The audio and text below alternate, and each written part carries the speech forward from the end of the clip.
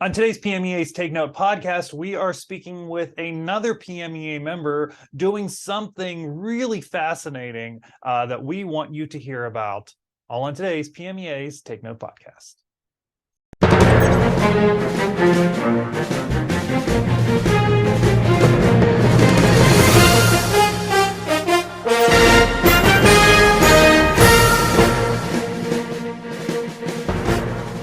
Hello, everyone, and welcome to this edition of PMEA's Take Note podcast. As you know, on the podcast, we like to feature PMEA members and things that they are doing of interest that might be of interest to you, not only in their scholastic community, but in their community. So I'm excited today to be joined by Dr. Jeffrey Gemmell. He is assistant professor at Millersville University, and we're going to talk about some interesting things that he is doing in one specific program. We're going to get to that in a minute, but first of all, Jeff, thanks for joining us and taking the time. Hey, thank you so much for having me. Really looking forward to it. So let's, I like to level set with folks and let's talk a little bit about your background in music education. Kind of may work backwards. What's your current position and how did you get here? Okay, my current position is coordinator of choral studies at the Tell School of Music, Millersville University. And I conduct 3 choirs, and I teach studio voice, class voice, art of choral techniques, which is choral methods, and do a lot of administrative work as well, including our big Glorious Sounds of the Season concert that's coming up in a couple of weeks. And that's what the posters are behind me. You can see the one from a previous concert. Yeah, tis the season, right? I'm sorry? Tis the season for all the concerts. That's for sure. Definitely is. And before I was at Millersville, I was actually at University of Colorado at Boulder for a few years, and that's where I did a research leave that really led to the research that we're going to be talking about. And then before that, I was at Millersville from 2006 to 2009. And then before that, I was California State University, Chico, for a number of years. So I've been a college music education professor for some time, but I actually started out my career teaching middle school and high school. So I've taught at all levels, and I just love choral music education. It's a very enjoyable profession. Awesome. Very cool. And I love that you've kind of bounced around a bit, but kind of drawn here to Millersville for some reason, keep coming back, which is cool. I love Pennsylvania. You know, I've just learned that I love Pennsylvania, and we're here to stay for good. Awesome. All right. Well, we're glad to hear that. Glad to have you for sure. Yeah, I should also mention, because it relates to our topic of conversation here, that I'm also director of music ministries at the Lititz Moravian Congregation. And I'm an organist, choir director, I conduct the senior choir. And I actually ended up getting the job in 2006 just because I was looking for a church position, because I've always been a church music director as well, and just happened on the Lititz Moravian, and it has really set the path for my research area that we'll be discussing. So it's great to be able to combine school, church, and community work all into one package. So yeah, let's go right into that then. You know, as so many things in life happen just by, accident, we ended up sitting next to each other at lunch a month or so ago and just started chatting, and you told me about this project that you have going. So let's see if I get this all correctly. The Lititz Moravian Collegium Musicum, correct? Collegium Musicum. Collegium. Okay, Collegium. Okay. European pronunciation. So tell us, give us the what is it first. Let's start there. Okay, and I'll try to keep this as brief as possible. So when I started my church position at Lititz Moravian, I've learned about the Moravian music tradition here in America, early American Moravian music tradition, which is many people don't know about. I think more people probably know about the Moravians here in Pennsylvania than in other states. But the Moravians came here in the mid-18th century, and they brought their European music tradition with them. And it's just incredible what they were able to do. As a matter of fact, it's often said if you wanted to hear the finest music in the country during colonial times, you would go to a Moravian church. They were very refined in what they were able to do. So when I started my church position and was singing all these great Moravian anthems from their tradition, it made me interested as a researcher in looking more deeply into that music. And so that's where it all started. I then, in 2009, went to University of Colorado Boulder and took a position there. And research became more serious. And then I really started getting into this composer Johannes Herbst, who served the Moravian congregation from 1791 to 1811 and wrote over 30 beautiful choral orchestral anthems, because the Moravians would bring the string orchestra especially into church on special occasions, sometimes supplemented by winds or brass. And so they had this choral orchestral tradition, these beautiful pieces by Herbst. So I started that research at CU Boulder and then came back to Millersville in 2013 and continued that research, and ended up writing a book called Lititz Anthems 1, which are critical editions of this repertoire. So as I was studying about Herbst, and then I wrote a long preface about the music history of Lititz to start the book, I learned about the Collegium Musicum. So the Collegium Musicum is basically a collection of musicians that would gather and play music. Not their church music per se, because that's what they did on Sunday, and they definitely rehearsed that music. But the other 6 days of the week, they were playing mostly secular repertoire that they had brought with them from Europe, or handwritten manuscripts of copies that were passed around the various Moravian settlements or communities, including Bethlehem, Nazareth, Salem, Lititz. And the Moravians were kind of strict in terms of what they did for fun in those days. And fortunately, music counted as an activity you could do for fun. So they would gather and play really the finest repertoire that was being composed at the time in Europe. And it's amazing that they had the skills and were able to perform this music that was being played at the royal courts in Europe. And this is mostly before Haydn, Mozart, and Beethoven. So it's the early symphonic repertoire of, let's say, like the Mannheim School or Karl Stamitz. And they would gather and play this music for their own skill building and enlightenment and cultural entertainment for the community. And as they were playing this repertoire, they were becoming that much better of musicians, so that when they played in church, they could take those skills and praise God with that much more expertise. And the Moravian music itself is simpler than a lot of this more complex music. But because they were refined in their skills, they could play the music and focus on the spiritual content of their church services, because they had really developed those skills through the Collegium Musicum. So I guess one of the things then that has come from the research is now you've put this more into practice, right? So you actually you have groups performing this. So tell us about that part of it. Exactly. So I read about the Collegium Musicum and I finished the books, and volume 2 is coming out in 2023. And I was looking for another research project, and I thought, wouldn't it be cool to take that repertoire, and all of this repertoire is housed in the vaults of the Moravian Music Foundation in Bethlehem, Pennsylvania. And fortunately, the Moravians never threw anything away. So there are hundreds of scores just sitting there on the shelf collecting dust. And I thought, what a great research project to explore these scores, make performing editions of the scores, and then perform them in some way. So every summer since 2018, when I started the Collegium, I spend all summer editing a whole program of scores to be played. After I've done all that editing and entered all those notes into the computer, we then decide on a date that we're going to hold a Collegium, what I call gathering, although you could also call it a concert.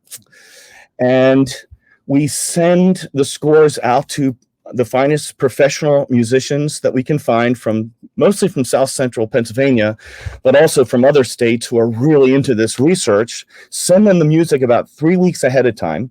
No one's ever seen any of these scores before because they're basically unknown works. They've never played them. They've never heard them played all together.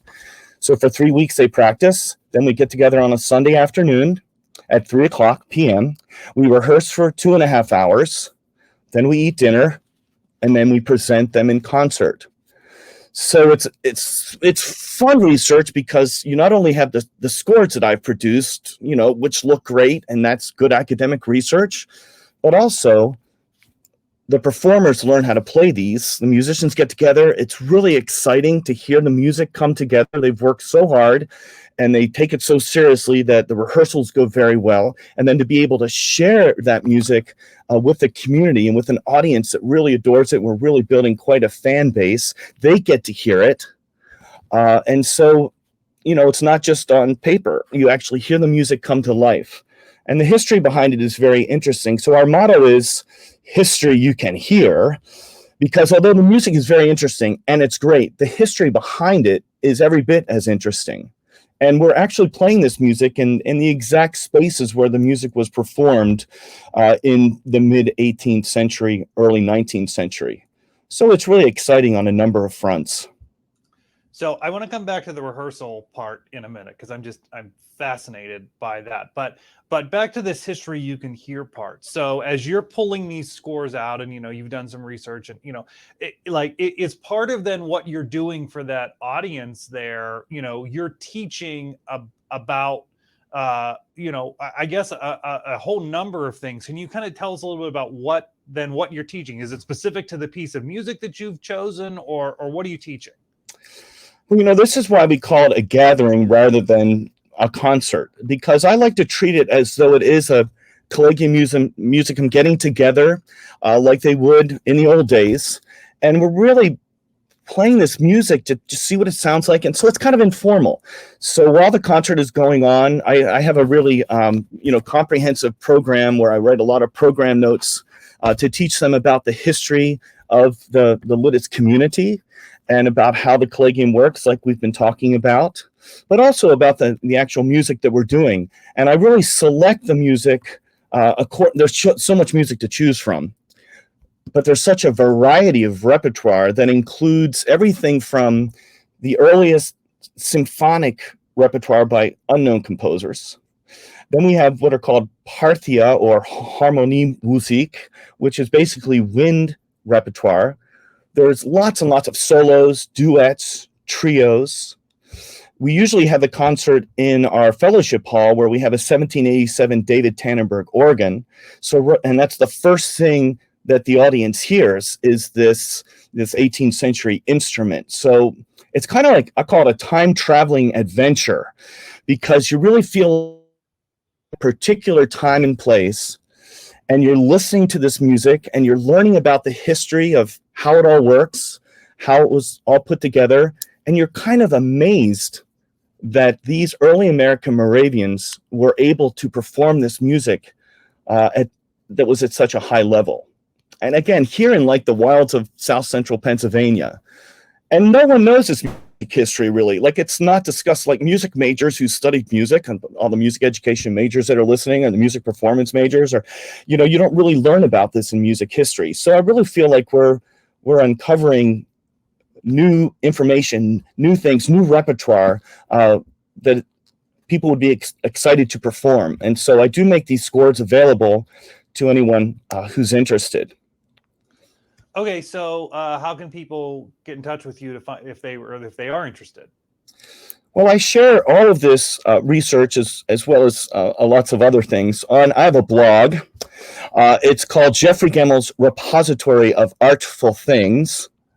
It's gemmell-post.com. That's GEMMELL-post, that's plural, POSTS.com. And you can see highlights and excerpts from all our different Collegium concerts. You can see actually examples of my woodworking, because that's artful things. There's also lots there from Millersville University. All the students, have the blog site memorized. They're even selling t-shirts this semester that says gemmell-post.com. They're really into, and that wasn't my idea. That was their idea for a fundraiser. So if you go to my blog, you can, see examples of all the things that we're talking about. And this music is very accessible for many levels of players. I would say from really fine middle school players could play some of these pieces all the way through high school and of course college. And it's a great way to add something completely new and different in your program. Yeah, for sure. Let me go back to this. You hit on a little bit about, there's just so much music and you're selecting it. So how are you then making the selection for what will be played at the next gathering? I mean, is there a rhyme to your reason for what you're picking, or is it this is next on the shelf? What's in your head there? Well, first of all, I have to make sure that I passionately love the music that I'm conducting. So, I have lots and lots of examples and the archives are very kind about allowing me to come to the archives and take photos on my phone or iPad of the various scores. So I have lots to choose from. And then, I just start editing, and it really is kind of subjective. Oftentimes there are themes, though. Like, for example, the last concert we had on October 9th. Really, we've played a lot of Moravian music, music composed by Moravians in these concerts. So this last concert, I really focused on non-Moravian music and also choral music. There's not a whole lot of choral music in the Collegium collection, but we did a piece by Johann Gottlieb Naumann, their 96th Psalm, which is a setting of the 96th Psalm.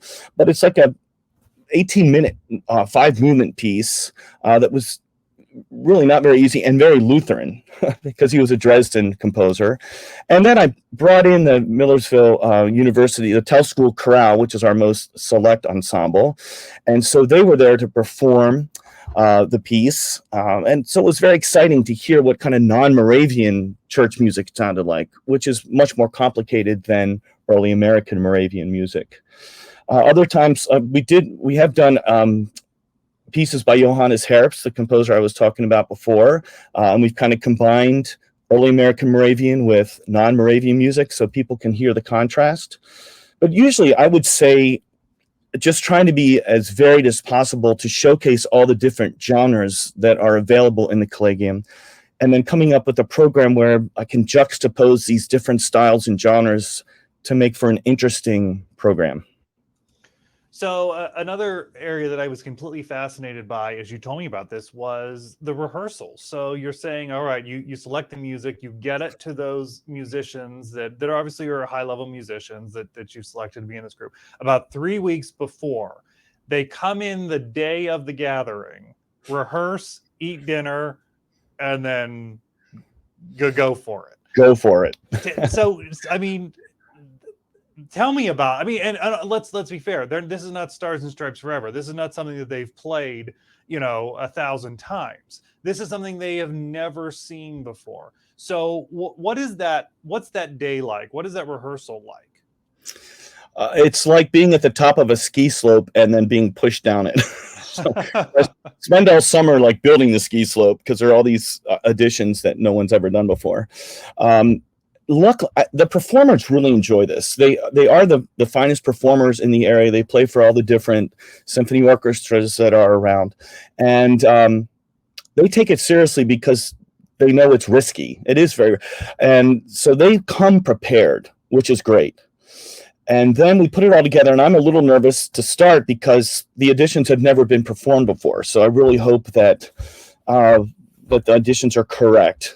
I have a great team that helps me, John and Mary Lee Yerger, who are Lititz musicians, and they bow the parts for me. They're both string players. And so they really help get the scores together. They double check things for me.